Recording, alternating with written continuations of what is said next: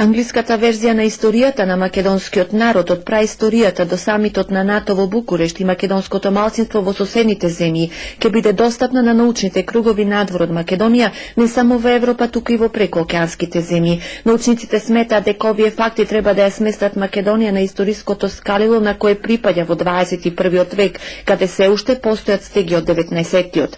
Македонската верзија на историјата беше промовирана на завршните свечености на Гоцевите денови синоќа во Делчево. Покровител на изданијата е владата на Македонија.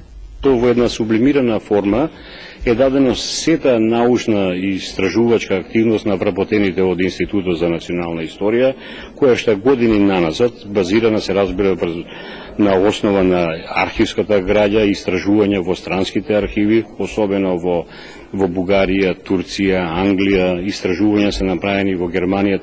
Гоцевата мисла за светот како културен надпревар меѓу народите е главното мото на манифестацијата, која и на овие 43 завршни Гоцеви денови со скромна понуда во Делчево. Сепак сејот на меѓународната манифестација, која обстојува скоро половина век, ке се враќа со нов концепт.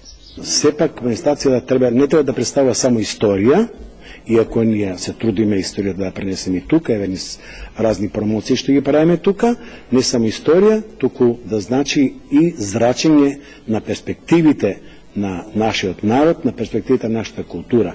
А перспективите на нашата култура се далеку во Европа.